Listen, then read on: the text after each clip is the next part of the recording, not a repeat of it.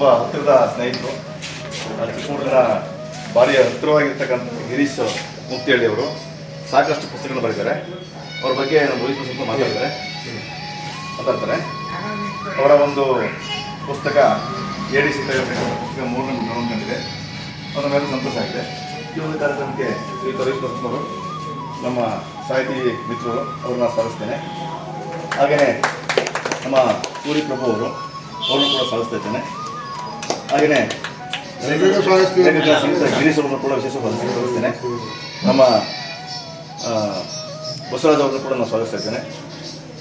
ಶರೀಫ್ ಅವ್ರನ್ನೂ ಸ್ವಾಗತಿಸ್ತಾ ಇದ್ದೇನೆ. ಹಾಗೆಯೇ ಸತೀಶ್ ಅವ್ರನ್ನ ಸ್ವಾಗತಿಸ್ತಾ ಇದ್ದೇನೆ. ಸಂದೀಪ್ ಅವರನ್ನು, ವಿನಯ್ ಅವರನ್ನು, ನಮ್ಮ ಸ್ನೇಹಿತರ ಶ್ರೀಯುತ ಬೈರೇಗೌಡರವರನ್ನು, ಪಟೇಲ್ ವೆಂಕಟೇಗೌಡರವ್ರನ್ನ, ನಮ್ಮ ನಗರಾಧ್ಯಕ್ಷ ಶ್ರೀಯುತ ಸಚಿನ್ ಸಿಂಗ್ ಅವರನ್ನು, ನಮ್ಮ ಸ್ನೇಹಿತರ ಶ್ರೀಯುತ ವೆಂಕಟೇಶ್ ಅವರನ್ನ, ಹಿರಿಯರಾದಂಥ ನಮ್ಮ ಮಂಜೇಗೌಡರನ್ನ, ನಮ್ಮ VT ಮೂರ್ತಿ ಅವರನ್ನ, ಹಾಗೆಯೇ ನಮ್ಮ ಕಲ್ಲಳ್ಳಿ ಲಿಂಗೇಗೌಡರನ್ನ, ಹಾಗೆಯೇ ಈ ದೃಶ್ಯ ಮಾಧ್ಯಮದ ಇನ್ಚಾರ್ಜ್ ಶ್ರೀಯುತ ಮಾಲ್ ವಿರೂಪಾಕ್ಷ ಅವರನ್ನು ಕೂಡ ಸ್ವಾಗತಿಸ್ತಾ ಇದ್ದೇನೆ. ಈ ಒಂದು ಸಭೆಯಲ್ಲಿ ಶ್ರೀಯುತ ರವಿಪ್ರಸಾದ್ನವರು ನಮ್ಮ ಗಿರೀಶ್ ಬಗ್ಗೆ 2 ಮಾತಾಡಬೇಕು. ಗಿರೀಶ್ ಬಹಳ ವರ್ಷಗಳ ಆತ್ಮೀಯ. ಬಹುಶಃ NSS ಕ್ಯಾಂಪ್ನಿಂದಲೂ ಕೂಡ ನನಗೆ ಗಿರೀಶ್ ಭಾಳ ಪರಿಚಿತ. ಭಾಳ ಆಗ ತಿಪ್ಪೇರುದ್ರಪ್ಪ ಮತ್ತು ಬಾಣೂರು ಚೆನ್ನಪ್ಪ ಅವರ ಶಿಷ್ಯನಾಗಿ ಅತ್ಯಂತ ಓದಿನಲ್ಲಿ ಮತ್ತು ಅತ್ಯಂತ ಶಿಸ್ತಿನಲ್ಲಿ ಶಾಲಾ ಕಾಲೇಜುಗಳಲ್ಲಿ ಭಾಳ ಒಂದು ಒಳ್ಳೆಯ ರೀತಿಯ ಸಭ್ಯತೆಯನ್ನು ಸಂಪಾದಿಸಿಕೊಂಡಂಥವ್ರು. ಜೊತೆಗೆ ಸಭ್ಯತೆಯನ್ನು ಅಷ್ಟೇ ಅಲ್ಲ, ತಲೆಯೊಳಗೆ ಅತ್ಯಂತ ಬೇಕಾಗಿರ್ತಕ್ಕಂಥ ಅರಿವಿನ ಜ್ಞಾನವನ್ನು ತುಂಬ ಎಚ್ಚರಿಕೆಯಿಂದ ಸಂಪಾದಿಸಿಕೊಂಡವರು. ನಾನು ಈ ಪದವನ್ನು ಯಾಕೆ ಬಳಸ್ತೀನಿ ಅಂದರೆ, ನಮ್ಮಲ್ಲಿ ಭಾಳ ಜನ ಜ್ಞಾನ ಸಂಪಾದಿಸಿದ್ದಾರೆ, ಅದು ಉಪಯೋಗಕ್ಕೆ ಬರೋದಿಲ್ಲ. ಅಂದರೆ ಎಚ್ಚರಿಕೆ ಅಥವಾ ವೈಚಾರಿಕ ಅರಿವು ಇದೆಯಲ್ಲ, ಈ ನೆಲಕ್ಕೆ ಭಾಳ ಅಗತ್ಯ ಬೇಕಾಗಿದೆ. ಹಾಗಾಗಿ ಗಿರೀಶ್ ಅಂತ ಎಚ್ಚರ ರೀತಿಯಲ್ಲಿ ನಾನು ಗಿರೀಶ್ ಅವರ ಪುಸ್ತಕ ಓದಿಲ್ಲ, ನಾನು ಒಪ್ಕೊಬಿಡ್ತೀನಿ, ಗೊತ್ತಿರೋದನ್ನು ಮಾತಾಡೋದು. ಆದರೆ ಗಿರೀಶು ಅತ್ಯಂತ ಪ್ರೀತಿಯಿಂದ ಎಲ್ಲರೂ ಭಾಗವಹಿಸ್ತಕ್ಕಂಥದ್ದು. ಮತ್ತು ಅವರು NSS ಕ್ಯಾಂಪ್ನಲ್ಲಿದ್ದಾಗೆಲ್ಲ ನಾವು ನೋಡಿದ್ದೇವೆ. ನೀವು ಕೂಡ NS ಕ್ಯಾಂಪ್ನ ಜೊತೆ ಇವರ ಗೆಳೆಯರ ಬಳಗದ ಜೊತೆ ಇದ್ದಂಥವು. ಈಗ ಜೀವ ವಿಮಾ ಕಮರ್ಷಿಯಲ್ ಟ್ಯಾಕ್ಸ್ ಕಚೇರಿ ಒಳಗೆ ಈಗಾಗಲೇ ಸರ್ಕಾರಿ ಹುದ್ದೆಯಲ್ಲಿ ಕೂಡ ಇದ್ದಾರೆ. ಆದರೆ ಯಾವ ಹುದ್ದೆಯ ಅಹಂಗಳ ಮೆತ್ತಿಗೇರಲಾಗಿ ಮನುಷ್ಯನಾಗಿ ಬದುಕೋದಿದೆಯಲ್ಲ, ಭಾಳ ಕಡಿಮೆ ಇದೆ ಈ ಕಾಲದ ತುರ್ತು. ಇನ್ನೊಂದು ಭಾಳ ಇದು ಅಂತಂದರೆ, ಸಂವೇದನೆಯನ್ನು ಕಳ್ಕೊಂಡಿರತಕ್ಕಂಥ ಈ ಸಮಾಜದಲ್ಲಿ ಒಂದಷ್ಟು ನೆಲಮೂಲದ ಬದುಕಿನ ಬಗ್ಗೆ ಅತ್ಯಂತ ಪ್ರೀತಿಯ ಸಂವೇದನೆಯನ್ನು ಇಟ್ಕೊಂಡಿರ್ತಕ್ಕಂಥ ಗಿರೀಶ್ ಸಾಹಿತ್ಯದೊಳಗೆ ನನಗೆ ಒಂದ್ಸರಿ ಚೆನ್ನಾಗ್ತಾರೆ ಹೇಳಿದ್ರು, ಮತ್ತು ಇವರು ಒಂದ್ಸರಿ ನನಗೆ 2 ಸರಿ ಫೋನ್ ಮಾಡಿ ಮಾತಾಡಿದ್ರು. ಸದ್ಯದರಲ್ಲೇ ಪುಸ್ತಕವನ್ನು ತರಿಸಿ ನಾನು ಓದ್ತೇನೆ ಮತ್ತು ಅವರ ಕೊಂಡು ಓದ್ತೇನೆ, ನಾನು ಹಾಗೆ ಓದೋನಲ್ಲ. ಹಾಗೆ ಒಂದು ಮತ್ತು ನಮ್ಮ ಜೊತೆ ಬಹಳ ಪ್ರೀತಿಯಿಂದ ಹೆಜ್ಜೆ ಹಾಕಿದಂಥ ಗಿರೀಶ್ ಇನ್ನೊಂದಷ್ಟು ಎತ್ತರಕ್ಕೆ ಬೆಳೀಲಿ ಅಂತ ಆಶಿಸ್ತಾ, ಅಧಿಕಾರದಲ್ಲಿ ಸ್ವೀಕರಿಸ್ತಿರ್ತಕ್ಕಂಥ ನನ್ನ ಗೆಳೆಯರು ದಯಾನಂದ ನೂತನವಾಗಿ ತಾಲೂಕಿನ ಕನ್ನಡ ಸಾಹಿತ್ಯ ಪರಿಷತ್ತಿನ ಅಧ್ಯಕ್ಷರಾಗಿದ್ದರೆ 25ನೇ ತಾರೀಕು ಅವರು ಈ ಜವಾಬ್ದಾರಿಯನ್ನು ಅಧಿಕೃತವಾಗಿ ವಹಿಸಿಕೊಡೋದಿದ್ದಾರೆ. ಅವರಿಗೆ ಜೊತೆಗೆ ನಾವು ದಯಾನಂದು ಇನ್ನು 35 ವರ್ಷದ ಒಡನಾಟ, ನಮ್ಮದು 35 ವರ್ಷದ ಗೌಡ್ರಿ ಗೊತ್ತು. ಹಾಗಾಗಿ ದಯಾನಂದ್ ಇರೋರಲ್ಲ, ಅವ್ರಿಗೆ ಎಲ್ಲೆಲ್ಲೋ ಹೋಗ್ಬೇಕಾಗಿತ್ತು. ನನಗೆ ಅನಿಸಿದಾಗೆ ಅವ್ರು PUCಲಿದ್ದಾಗ ಅವ್ರು PUC ಓದ್ತಾ ಇದ್ರು, ಒಂದು CPET ಕಾಲೇಜ್ ಮಾಡಿದ್ರು. ಬಹುಶಃ ಆ ಥರದ ಶಕ್ತಿ ಇತ್ತು, ಭಾಳ ದೊಡ್ಡ ಶಕ್ತಿ. ಕಾಲಗಳು, ವ್ಯವಸ್ಥೆಗಳು, ನಮ್ಮ ನಡವಳಿಕೆಗಳು ಹೆಂಗೆ ಬೇಕಾಗಿ ನಡೆಯೋಕ್ಕಾಗದಿದ್ದರೆ ಇವೆಲ್ಲ ಇದ್ದಾವೆ. ಆದರೆ ದಯಾನಂದ್ ಅವರು ಸಾಹಿತ್ಯ ಪರಿಷತ್ತನ್ನು ವಹಿಸಿಕೊಂಡು ಆ ಚಟುವಟಿಕೆಯನ್ನು ಈ ರೀತಿ ನಮ್ಮ ಜೊತೆ ಇರೋರನ್ನು ಬಹಳ ಪ್ರೀತಿಯಿಂದ ಇರುವಲ್ಲೇ ಗುರುತಿಸೋದಿದೆ. ಇರುವಲ್ಲೇ ಶಾಲು ಹಾರ ಹಾಕಿ ಏನೂ ಕೊಡೋಕ್ಕಾಗದೆ ಒಂದು ಒಳ್ಳೆಯ ಮಾತು ನಮ್ಮ ನಡುವೆ ಬದುಕನ್ನು ಬಾಳಿಸ್ತದೆ ಅನ್ನುವಂಥದ್ದು ಹಿರಿಯರು ನಾನು ನೋಡಿ. ಹಾಗಾಗಿ ನಾವ್ಯಾರೂ ಗಿರೀಶ್ಗೆ ಏನು ಒತ್ತು ಕೊಡಲಿಕ್ಕಾಗದೆ ಮಾಡುವ ಕೆಲಸವನ್ನು ಬಹಳ ಪ್ರೀತಿಯಿಂದ ಶ್ಲಾಘಿಸಿ ಅವ್ರಿಗೆ ಒಳ್ಳೆಯದಾಗಬೇಕು ಆಶಿಸ್ತಾ, ಜೊತೆಗೆ ನಮ್ಮ ಗೆಳೆಯರು ಪ್ರಭು ಇದ್ದಾರೆ, ವೆಂಕಟೇಶಣ್ಣ ಇದ್ದಾರೆ, ಬಸವರಾಜ್ ಮಾಸ್ಟರ್ ನಮಗೆ ಭಾಳ ಆಪ್ತರು, ನಮ್ಮ ಬೈರೇಗೌಡರು, ಮತ್ತು ನಮ್ಮ ಸಾಬ್, ನಮ್ಮ ಗೌಡರು ಎಲ್ಲರೂ ಇದ್ದೀರಿ. ಇಂಥದ್ದೊಂದು ಇಷ್ಟೇ ಬೇಕಾಗಿರ್ತಕ್ಕಂಥ ಜಗತ್ತಿನೊಳಗೆ ನೀವು ಸಮಾಜ ಕಟ್ತೀನಿ, ದೇಶ ಕಟ್ತೀನಿ ಅನ್ನೋದೆಲ್ಲ ಬರೀ ಭಾಷಣ. ಈ ಕೆಲಸ ಒಂದು ಕಟ್ಟುವ ಕೆಲಸ ಅಂತ, ಕೆಲಸ ನಿರಂತರವಾಗಿರಲಿ ಅಂತ ಹೇಳಿ ನಿಮ್ಮೆಲ್ಲರಿಗೂ ಶುಭಾಶಯ. ಆತ್ಮೀಯರೇ,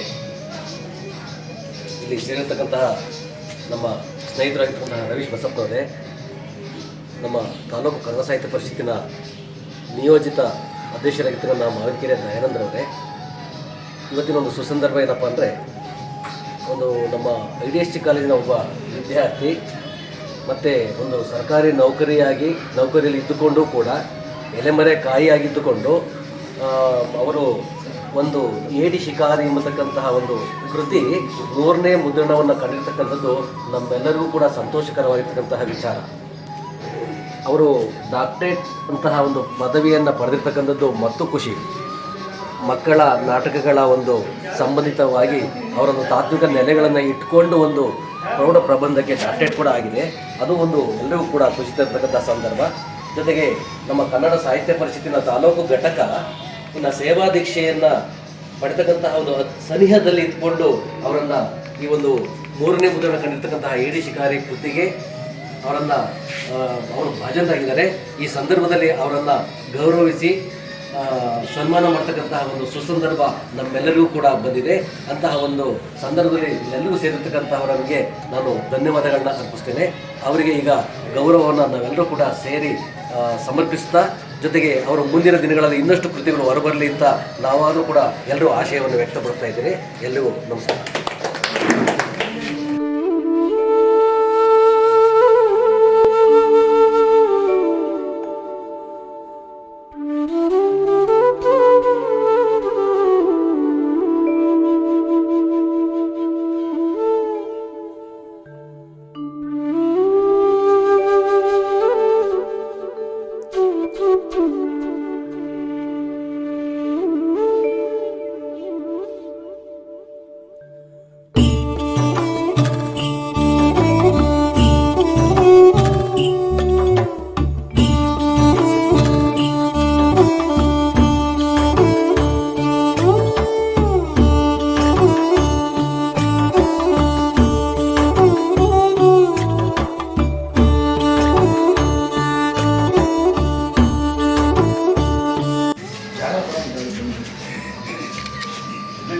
ನಮಸ್ಕಾರ. ಈ ಸಂದರ್ಭವನ್ನು ಹೇಗೆ ವರ್ಣಿಸೋದು? ಬಹುಶಃ ಒಬ್ಬ ಮನುಷ್ಯನಿಗೆ ಇದು ಸಾರ್ಥಕ ಕ್ಷಣಗಳು ಅನಿಸುತ್ತೆ.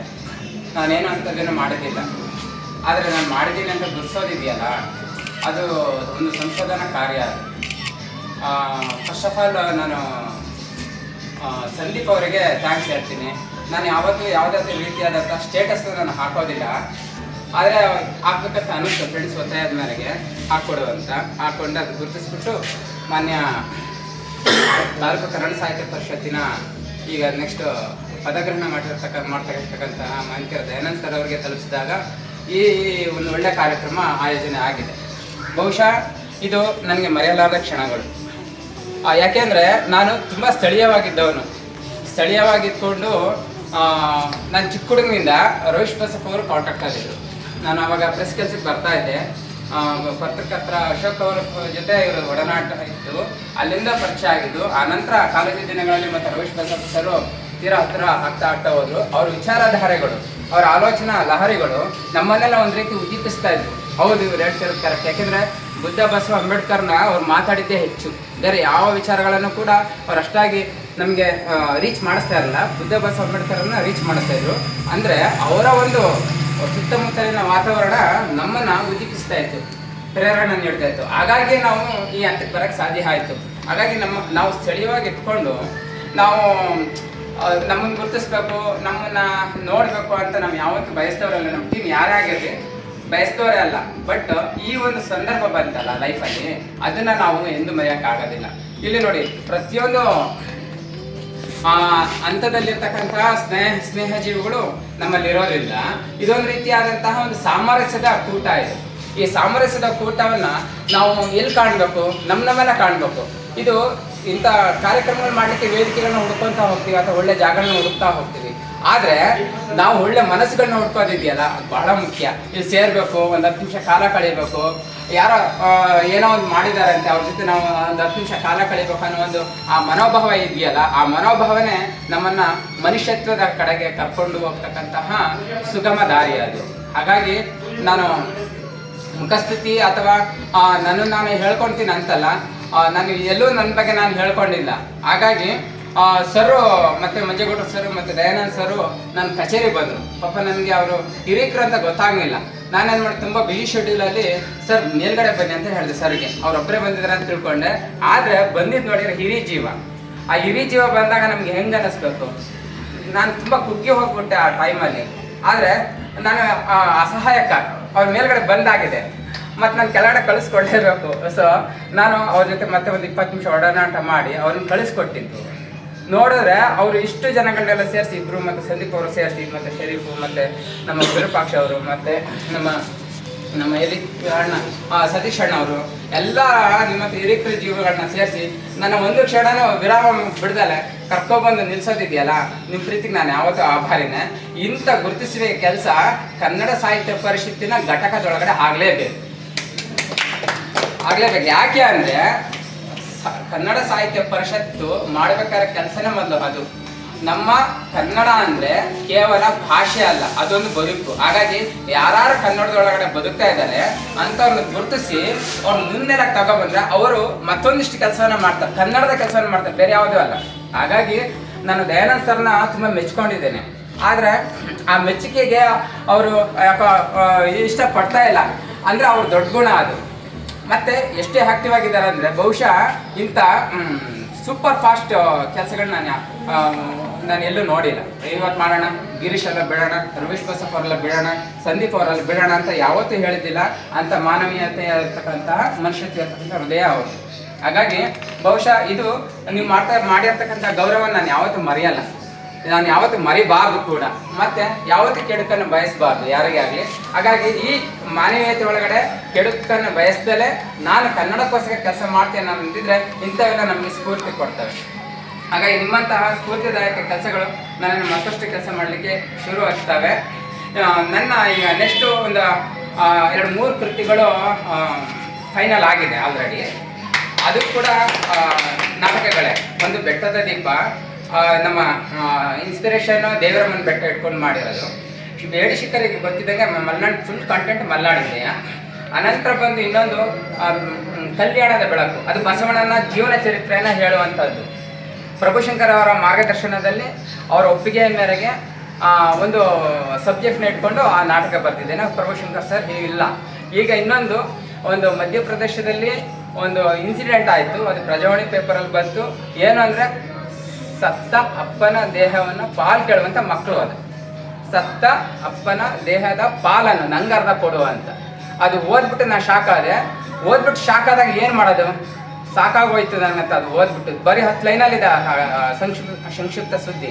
ಅದನ್ನ ಇಟ್ಕೊಂಡು ಒಂದು 60 ಪುಟದ ನಾಟಕ ಬರೆದಿದ್ದೀನಿ.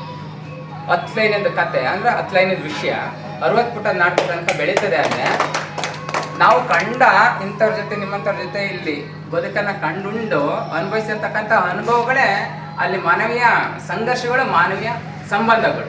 ಸಂಘರ್ಷ ಮತ್ತು ಸಂಬಂಧಗಳನ್ನು ಮೇಲೆತ್ತುವಂಥ ಕೆಲಸವನ್ನು ಆ ನಾಟಕದಲ್ಲಿದೆ. ಆ ನಾಟಕ ಬರೀ 8 ದಿನದಲ್ಲಿ ಬರೆದಿರೋದು. ಆ ನಾಟಕವು ಕೂಡ DTPಗೆ ಹೋಗಿದೆ. ಅದು ಸಾಧ್ಯವಾದರೆ ಮುಂದಿನ ದಿನಗಳಲ್ಲಿ ಹಾಕಿಸ್ತೀನಿ. ಆವಾಗ ನಿಮ್ಮಂಥವ್ರೆಲ್ಲರ ಸಹಕಾರನ ನಾನು ಕೇಳ್ತೀನಿ.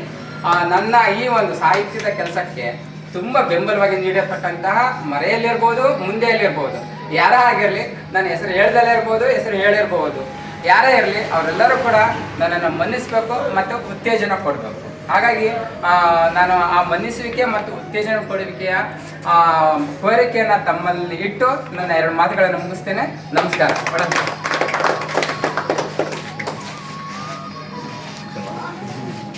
ಎಲ್ರಿಗೂ ಧನ್ಯವಾದ ಹೇಳ್ತಾ ಇಂಥ ಸಂದರ್ಭದಲ್ಲಿ ಬೇರೆಯವರು ಪಟೇಲ್ರು, ಸದಸ್ಯರು, ನಿರ್ದೇಶಕರು, ನಮ್ಮ ಯಜಮಾನ ಮಂಜೇಗೌಡರು ಕೂಡ ಬಂದು, ಹಾಗೆಯೇ ಅನಿಶ್ಚಿತವಾಗಿ ರವೀಶ್ ಬಸಪ್ಪ ಸಿಕ್ಕಿದ್ರು, ನಮ್ಮ ಪ್ರಭುಗಳು ಸಿಕ್ಕಿದ್ರು, ನಮ್ಮ ಬಸವರಾಜ್ ಅವರು ಕೂಡ ಬಂದರು, ನಮ್ಮ ಶರೀಫ್ ಸಾಹೇಬರು, ನಮ್ಮ ತುಂಬ ಯಂಗ್ ಟರ್ಕ್ ನಮ್ಮ ಇವರು ಸತೀಶ್ ಅವರು, ಅವ್ರಿಗೆ ಇದನ್ನು ಭಾಳ ಆಸಕ್ತಿ. ನಮ್ಮ ನವೀನ್ ಅವರು ಕೂಡ ಈ ಟೈಮಲ್ಲಿ ಸಿಕ್ಕಿ ನಮ್ಮ ಮೂರ್ತಿ ನಮ್ಮ ಸ್ವಾಮಿಯವರು ಇವರೆಲ್ಲ ಬಂದರು. ಹಾಗೆಯೇ ಇಂಥ ಒಂದು ಸಮಯವನ್ನು ಉಪಯೋಗಿಸ್ಕೊಂಡು ಒಳ್ಳೆಯ ಒಂದು ರೆಕಾರ್ಡ್ ಮಾಡಿಕೊಡ್ತೀವಿ ನಾವು ವಿಪಕ್ಷವರು. ನೀವು ಇದೆಲ್ಲ ಮತ್ತೆ ರಾತ್ರಿ ನೀವು ಮತ್ತು ನಾಳೆ ನೋಡ್ಬೋದು ಅನಿಸುತ್ತೆ. ಯಾಕೆಂದರೆ ಅಂಥ ಒಂದು ರೆಕಾರ್ಡಿಂಗ್ ಆಗಿರುತ್ತೆ. ಈ ಕಾರ್ಯಕ್ರಮ ಸಾಣಬಹುದು ನಾಳೆ ದಿನ ಅನಿಸುತ್ತೆ ಈ ಕಾರ್ಯಕ್ರಮದ ಮಹತ್ವ ಏನು ಅಂದರೆ ಅದು ವಿರೋಧ ಪಕ್ಷವರ ಶಕ್ತಿ, ಅವರ ಬುದ್ಧಿವಂತಿಕೆ ಅಂತಕ್ಕಂಥ ಮಾತನ್ನು ಹೇಳ್ತಾ ಈ ಒಂದು ಕಾರ್ಯಕ್ರಮ ಅವರು ಬಂದು ಮತ್ತೊಮ್ಮೆ ನಾನು ಎಲ್ಲರಿಗೂ ಹೊಂದಿಸಿ ಕಾರ್ಯಕ್ರಮ ಮುಗಿಸ್ತಾ ಇದ್ದೇವೆ. ನಮಸ್ಕಾರ.